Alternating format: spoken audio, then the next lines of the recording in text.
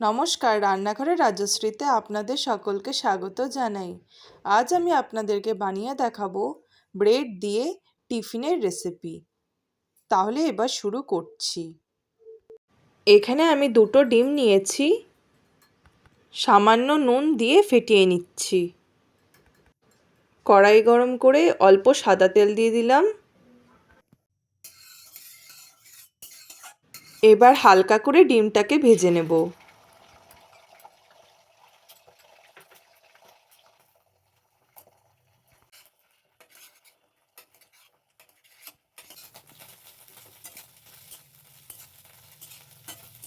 ভাজা হয়ে গেছে, এবার তুলে নেব। আরও একটু তেল দিয়ে দিলাম। অল্প পেঁয়াজ কুচনো আর অল্প কুচনো কাঁচা লঙ্কা দিয়ে দিলাম। কিছুটা মটরশুঁটি দিয়ে দিলাম। পরিমাণ মতো নুন দিয়ে দেব। অল্প টমেটো কুচনো দিয়ে দিলাম। ভালো করে নেড়েচেড়ে নিচ্ছি।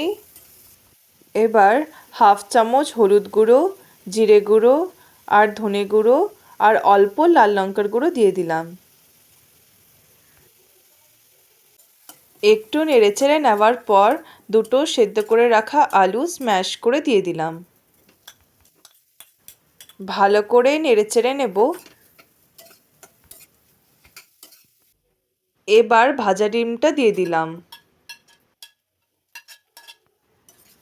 ভালো করে নেড়ে নামিয়ে নেব। একটু ঠান্ডা হোক, আমি এবার ব্যাটারগুলো তৈরি করে নিই। 1 চামচ ময়দা নিয়েছি, অল্প জল দিয়ে একটা ব্যাটার তৈরি করে নিচ্ছি। ব্যাটারটা একদম পাতলা হবে। এবার বেসন দিয়ে আরেকটা ব্যাটার তৈরি করে নিচ্ছি। পরিমাণ মতো নুন দিয়ে দিলাম, অল্প লাল লঙ্কার গুঁড়ো দিলাম। এবার অল্প অল্প জল দিয়ে ব্যাটারটা তৈরি করে নেব।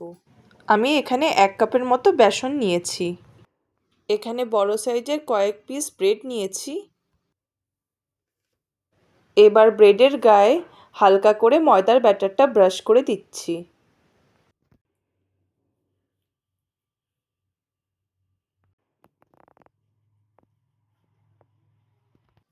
এবার একটা ব্রেডের গায়ে পুরটা দিয়ে আরেকটা ব্রেড দিয়ে চেপে দেব।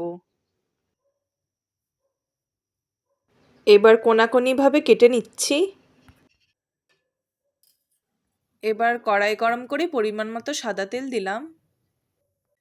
এবার পুরভরা ব্রেডটাকে বেসনের ব্যাটারে চুবিয়ে নিয়ে ভেজে নিচ্ছি।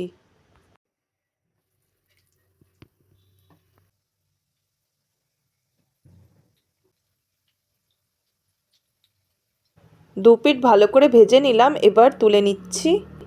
ব্রেড দিয়ে দারুণ টিফিন তৈরি হয়ে গেছে। আমার এই রেসিপিটি ভালো লাগলে তাহলে প্লিজ লাইক আর সাবস্ক্রাইব করে দিয়েন।